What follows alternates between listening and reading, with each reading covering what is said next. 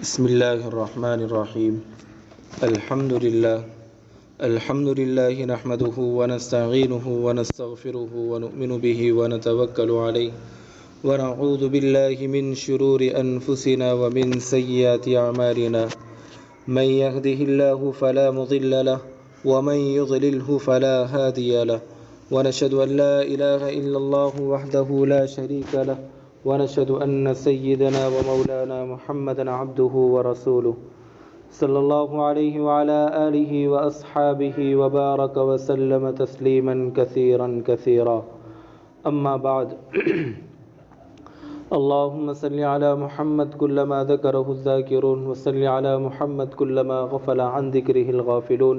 يا رب صل وسلم دائما أبدا على حبيبك خير الخلق كلهم. باب التوبتی، یہ باب ہے توبہ کے بیان میں. ریاض الصالحین کتاب کا دوسرا باب باب التوبہ ہے. اس سے پہلے والا پہلا باب ہم نے نیت کے بارے میں پڑھا ہے اور سنا ہے. اب دوسرے باب کی طرف آگے بڑھ رہے ہیں. باب التوبہ یعنی توبہ کے بیان میں. توبہ کے معنی ہے لوٹنا. توبہ کو توبہ اس لیے کہا جاتا ہے کہ انسان نافرمانی کے بعد فرما برداری کی طرف لوٹتا ہے. توبہ کو توبہ کیوں کہتے ہیں؟ اس لیے کہ انسان نافرمانی کے بعد فرما برداری کی طرف لوٹتا ہے، اس لیے اس کو توبہ کہتے ہیں. قال العلماء، علماء نے کہا التوبۃ، توبہ واجب ہے. واجبۃ من کل ذنب، توبہ واجب ہے ہر گناہوں کا.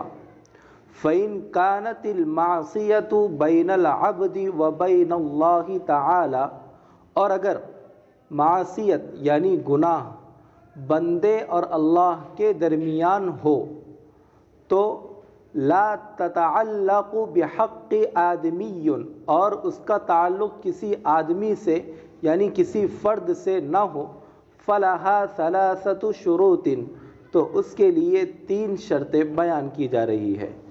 یعنی ہمارے جو گناہ ہیں اور وہ گناہوں کا تعلق صرف اور صرف اللہ تبارک و تعالیٰ سے ہے، کسی سے اس کا کوئی تعلق نہیں. یعنی میں نے شراب پیا ہو، جوا کھیلا ہو، زنا کیا ہو، ان گناہوں کی معافی کا تعلق کسی انسان سے نہیں ہے. اس کا تعلق کس کے ساتھ ہے؟ اللہ تبارک و تعالیٰ کے ساتھ ہے. اور اگر یہ تعلق اللہ تبارک و تعالیٰ کے ساتھ ہے تو فلہا ثلاثۃ شروط، تو اس کے لیے 3 شرطیں بیان کی جا رہی ہیں. یعنی توبہ کرنے کے لیے 3 شرطوں کے اوپر عمل کرنا ضروری ہے. احدھا ان یقلع عن المعصیۃ، یعنی پہلی شرط یہ ہے کہ معصیت سے پورے طور پر چھوڑ دے، یعنی معصیت کو پورے طریقے سے چھوڑ دیا جائے. نمبر 2 ان یندم علی فعلھا، کہ جو ہم نے گناہ کیے ہیں اس کے اوپر ندامت ہو. یعنی میں گناہ کرا ہوں اور اللہ کے دربار میں توبہ کے لیے حاضر ہوا ہوں، تو ایک تو یہ ہے کہ وہ گناہ کو بالکل چھوڑ دے، اور دوسرے نمبر پر اس کی ندامت ہو ہمارے دل کے اندر. بس ندامت نہیں ہے اور توبہ کر رہے ہیں تو توبہ قابل قبول نہیں ہے. اور توبہ کا ندامت ہے دل کے اندر، اور توبہ ندامت تو ہے لیکن گناہ چھوڑنے کا ہمارا ارادہ نہیں ہے، تو بھی توبہ قابل قبول نہیں ہے. دونوں شرط. اور تیسری شرط والثالث ان يعزم الا يعود الیہا ابدا، تیسری شرط یہ ہے کہ عزم مصمم کر لے، پختہ عہد کر لے کہ اس کے بعد اس گناہ کی طرف کبھی نہیں آؤں گا. 3 شرطیں پائی جا رہی ہے. علماء نے کہا کہ اگر توبہ کرنا ہے اور اگر وہ توبہ اللہ اور بندے کے درمیان ہے تو اس کے لیے 3 شرائط ہیں. پہلا یہ کہ معصیت سے پوری طور پر کنارہ کشی اختیار کر لے. دوسرے نمبر پر جو گناہ کر رہے ہیں اس پر ہمیں ندامت بھی ہو، اور تیسرے نمبر پر کہ وہ گناہ کو کبھی نہ کرے. فَإِن فُقِدَ أَحَدُ ثَلَاثَةِ لَمْ تَصِحَّ تَوْبَتُهُ، اور اگر تینوں میں سے کوئی ایک بھی شرط ہماری چھوٹ جائے تو تو ہماری توبہ قابل قبول نہیں ہوگی۔ آگے بیان فرما رہے ہیں وَإِن كَانَتِ الْمَعْصِيَةُ تَتَعَلَّقُ بِآدْمِيٍّ فَشُرُوطُهَا أَرْبَعَةٌ، اور اگر ہماری معصیت کا تعلق کسی آدمی کے ساتھ ہے تو اس کے لیے 4 شرائط بیان کر رہے ہیں۔ وَهَذِهِ ثَلَاثَةٌ، 3 شرائط تو وہ ہے جو ہم نے ابھی سن لیے، ایک اور شرط ہے وَأَن يَبْرَأَ مِنْ حَقِّ صَاحِبِهَا، کہ اپنے ساتھی کے ساتھ اس کے ساتھ برات کا اظہار کرے۔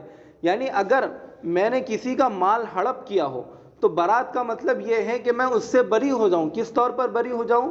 کہ اس کو اپنا حق واپس کر دوں۔ میں نے اگر کسی سے قرض لیا یا کسی کا مال ظلماً قبضہ کر لیا تو اگر توبہ کرنا ہے، توبہ کی شرائط میں چوتھی شرط یہ ہے کہ اگر اس کا تعلق کسی آدمی کے ساتھ ہے۔ اب 3 شرط تو ہیں، ہم اللہ سے گناہوں کی معافی بھی مانگ رہے ہیں کہ میں نے فلاں کے ساتھ ظلم کیا، جب تک وہ توبہ قبول نہیں ہوگی جب تک کہ کسی کے ساتھ ہم نے ظلم کیا ہو تو جس کے ساتھ ہم نے ظلم کیا ہو اس ظلم کو سامنے والے سے معافی نہ کروا لے۔ فَإِن كَانَتْ مَالًا أَوْ نَحْوَهُ رَدَّهُ إِلَيْهِ، اور اگر مال کے ذریعے سے ہو تو اس کا مال اس کو لوٹا دے۔ وَإِن كَانَتْ حَدَّ الْقَذْفِ وَنَحْوَهُ مَكَّنَّهُ مِنْهُ، اور اگر تہمت کا معاملہ ہے تو اس کو حد لگانے کی گنجائش دی جائے۔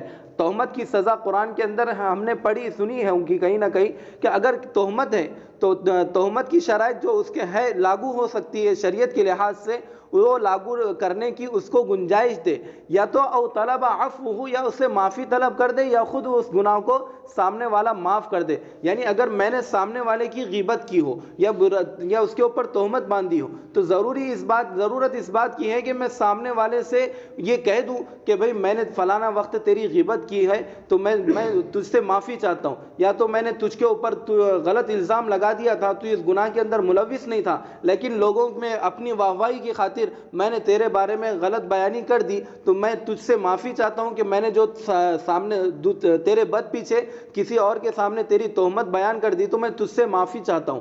تو یہ 4 شرائط ہمیں ذہن میں رکھنے کی ضرورت ہے۔ جب ہمارے اندر 4 شرائط موجود ہوں گے اور 4 شرائط کے اوپر ہم عمل کریں گے تو ہماری توبہ قابل قبول ہوگی۔ وَيَجِبُ أَن يَتُوبَ مِن جَمِيعِ الذُّنُوبِ، اور واجب ہے کہ تمام گناہوں کی معافی مانگے۔ فَإِن تَابَ مِن بَعْضِهَا صَحَّتْ تَوْبَتُهُ عِنْدَ أَهْلِ الْحَقِّ مِن ذَلِكَ الذَّنْبِ۔ آگے بیان فرما رہے ہیں کہ اگر میں نے توبہ کی بعض گناہوں کی، میں نے پورے گناہوں کی توبہ نہیں کی، چوری بھی ہے، ڈاکہ ہے، شراب ہے، جوا ہے، سارے گناہ کے اندر میں ملوث ہوا ہوں، لیکن صرف شراب کی توبہ کی معافی مانگ رہا ہوں اللہ کے سامنے، تو توبہ تو میری صحیح ہو جائے گی۔ یعنی میں جس چیز کی توبہ اللہ کے سامنے کر رہا ہوں اس کی توبہ تو ہو جائے گی۔ وَبَقِيَ عَلَيْهِ الْبَاقِي، اور جو گناہ میرے باقی ہیں تو وہ تو باقی ہی رہنے والے ہیں۔ وَقَدْ تَظَاهَرَتْ دَلَائِلُ الْكِتَابِ وَالسُّنَّةِ وَإِجْمَاعُ الْأُمَّةِ عَلَى وُجُوبِ التَّوْبَةِ، یہ جو ہمارے سامنے دلائل ظاہر ہوئے ہیں کتاب و سنت اور اجماع امت کے ذریعے سے، ان کے اوپر عمل کرنا ہمارے لیے ضروری ہے۔ آگے قرآن پاک کی اس کے لیے یہ باب ہمارا ہے باب التوبہ۔ مصنف علیہ رحمہ کی ایک خاصیت یہ ہے کہ جو بھی باب وہ پیش کرتے ہیں تو اس کے تحت قرآنی آیت پیش کرتے ہیں۔ سب سے پہلے احادیث کے سے پہلے قرآن کی آیتیں پیش ضرور کرتے ہیں، لیکن انہوں نے علماء کا ایک قول نقل کیا ہے، اب اس کے بعد قرآن کی آیت پیش کر رہے ہیں۔ وَتُوبُوا إِلَى اللَّهِ جَمِيعًا أَيُّهَا الْمُؤْمِنُونَ لَعَلَّكُمْ تُفْلِحُونَ، تم سارے اللہ کی طرف توبہ کرو اے مومنو اگر تم کامیابی چاہتے ہو۔ کیا بیان فرما رہے قرآن کریم کے اندر؟ اگر تم یہ چاہتے ہو اے مومنو ہم کامیاب ہو جاؤ تو ہمیں کیا کرنا پڑے گا؟ توبہ کرنا پڑے گا۔ آگے ارشاد فرما رہے استغفروا ربکم ثم توبوا الیہ، تم اپنے رب سے استغفار کرو پھر اس کے طرف توبہ کرو۔ اب سوال ہو سکتا ہے استغفار بھی کرو اور توبہ بھی کرو، 2 چیزیں آ رہی ہیں۔ استغفروا ربکم کہ استغفار کرو تم اپنے رب کی طرف، اور ثم توبوا الیہ اور اسی کی طرف توبہ کرو۔ تو علماء نے عجیب اس کی تشریح لکھی ہے، بیان فرما رہے ہیں استغفار کا تعلق پچھلے گناہوں سے ہوتا ہے۔ استغفار کا تعلق کس سے ہوتا ہے؟ پچھلے گناہوں سے، اور توبہ آئندہ گناہ نہ کرنے کا عزم کا نام ہے۔ توبہ کس کا نام ہے؟ آئندہ گناہوں کو نہ کرنے کا نام عزم ہے۔ اور استغفار کسے کہتے ہیں؟ پچھلے گناہوں پر ندامت، اور توبہ آئندہ گناہوں سے عزم کہ میں آئندہ کوئی گناہ نہیں کروں گا۔ آگے فرما رہے ہیں یا ایھا الذین آمنوا توبوا الی اللہ توبۃ نصوحا، کہ اے ایمان والو تم اللہ کی طرف توبہ کرو، توبۃ نصوحا، یعنی صرف توبہ، میں گناہوں کی توبہ کرتا ہوں، اور بعض لوگ اپنے کلے پر ہاتھ مارتے ہیں اور کہتے ہیں کہ توبہ توبہ، توبۃ نصوحا، کہ توبہ کیسی کرو؟